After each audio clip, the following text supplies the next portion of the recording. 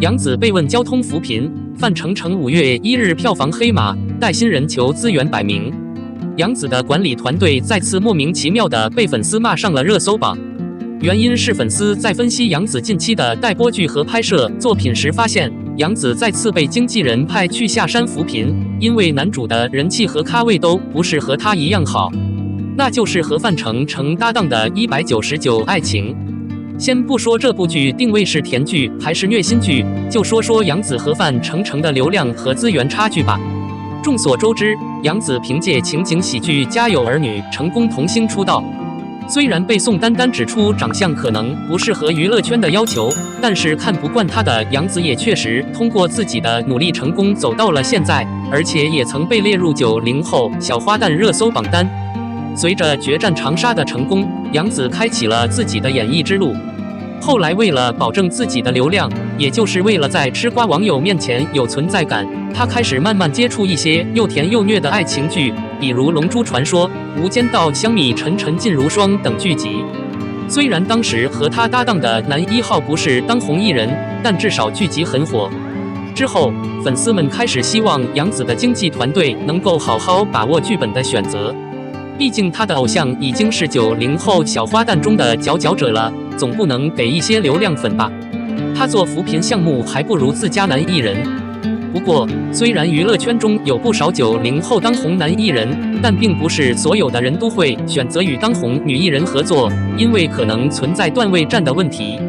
所以杨紫在选择别人的时候，别人也在选择她，扶贫工程发生的可能性还是很大的。这次在199恋爱中，范丞丞的搭档就出现了这样的问题。范丞丞近年出道于选秀节目，人气支持的最大来源是他的妹妹范冰冰。至于演技、业务能力基本没有，接受过任何专门研究的人只能说是半路出家。不过单看5月1日上映的《陌生人生》，范丞丞的表现似乎很不错，单日票房就已经超越了王一博的《苍穹之王》，绝对可以收获非凡的成果。和杨紫合作的话，应该不会特别拉风吧。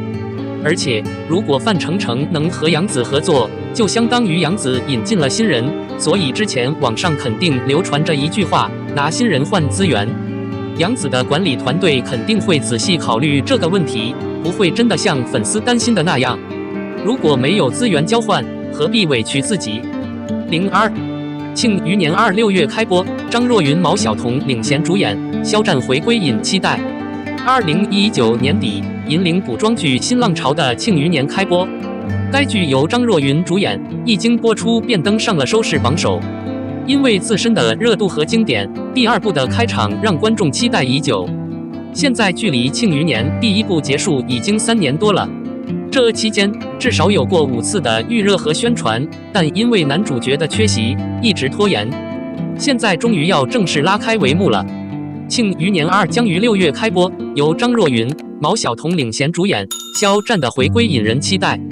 按照目前已经出现的消息来看，这部备受瞩目的庆余年2应该会在今年6月正式开播。虽然等了很久，但还是有几个主演被炸缺席了，好在大部分还在。张若昀携手毛晓彤领衔主演。在即将上映的庆余年2中，最先引起观众注意的是女主林婉儿的换人。据悉，李沁已经放弃了庆余年2的拍摄，取而代之的是毛晓彤这几年崭露头角的新人气小花。毛晓彤其实很早就出道了，但是前期参演的作品大多都是配角，所以并没有出现大规模的人气增长。不过，随着《微微一笑很诱人》《锦绣未央30而已》《乔家儿女》等几部新作的接连热播，她完成了自己人生中最重要的一部演艺事业的转折点。近日，一部《云翔传奇》开播，让更多观众看到了毛晓彤对戏的古装造型和演技。此次与张若昀一起出演庆余年2，还是颇受大家支持和期待的。陈道明、李小冉、宋轶缺席，吴刚、田雨、刘端端、郭麒麟回归。除了男女主之外，这部庆余年中还有很多高颜值的角色和演员，比如陈道明、吴刚、田雨、高曙光、李小冉等，还有一众老戏骨，还有宋轶、刘端端、郭麒麟、张浩伟等一众新星。在即将开拍的庆余年2中，上述几位主演同样缺席，并以不同方式回归。其中陈道明、李小冉、宋轶带着极大的遗憾离开了会场。据悉，在《庆余年2》中，上述3位主演因故缺席拍摄，何晟铭、陈子涵、陈都灵是新的人选。何晟铭和陈子涵是公认的实力派演员，陈都灵也是名副其实的新锐小花，所以他们3人的支持率还是很高的。可惜原班人马缺席，好在吴刚、高曙光、田雨、郭麒麟、刘端端、张浩伟等人还在。严冰云人选敲定，肖战回归引期待。严冰云这个角色在《庆余年》第1部中只是一个微不足道的小人物，后2集也只出现了几场戏。如果不是因为肖战，可能没人注意到。但恰好肖战在《庆余年》开播前就已经火了，严冰云成为严冰云也是机缘巧合。因此，这个角色的人选一直备受观众关注。近日有消息称，严冰云一角仍暂定，肖战将回归该角色。与第1部不同的是，第2部对角色和参与方式进行了微调，其余没有变化，还是很值得的。幸运和高兴，你怎么看待这件事？03，3位顶尖高手比拼的最终结果，张艺兴表示很无奈，靠着周星驰赢的人已经麻木了。娱乐圈不只是比演技和唱功，更比拼的是人气和流量。近年来，国内娱乐圈的男星越来越多。政策放开后的第1个5一假期，各路资本都在通过电影摊位、演唱会、音乐节等方式争夺这块市场蛋糕。在今年的5一电影档中，有3位顶级男星有机会正面交锋：王一博的《天空之王》、范丞丞的《人生陌生人》和张艺兴的《长沙夜生活》。本以为是3国巅峰之战，结果最后却变成了王一博和范丞丞的楚汉争霸。截至小编发稿时，《长沙夜生活》总票房仅不足1200万。张艺兴的电影早早失败，退出了竞赛。事实上，这部电影的成功不能怪张艺兴，他很努力，唱着主题曲，一改帅气的样子演一个普通的角色。但是，这部电影的名字限制了他的观众。如果长沙的夜生活能去掉长沙2字，或者把片名改成更文艺的片名，或许就不会这样了。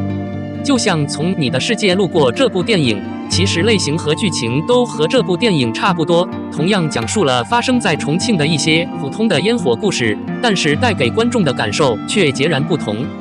在王一博与范丞丞楚汉争霸的故事中，一开始王一博以强者强，一路高歌猛进，没想到在兵王韩信的帮助下，范丞丞破釜沉舟，终于反败为胜。王一博的《苍穹之王》在演员阵容和题材上都算是票房第1的电影，一开始的预售非常好，3日其绝尘。但是观众走进影院之后，却都觉得虽然这是一部题材很好、剧情也很有意义的电影，但是2位主演的表现却堪称灾难。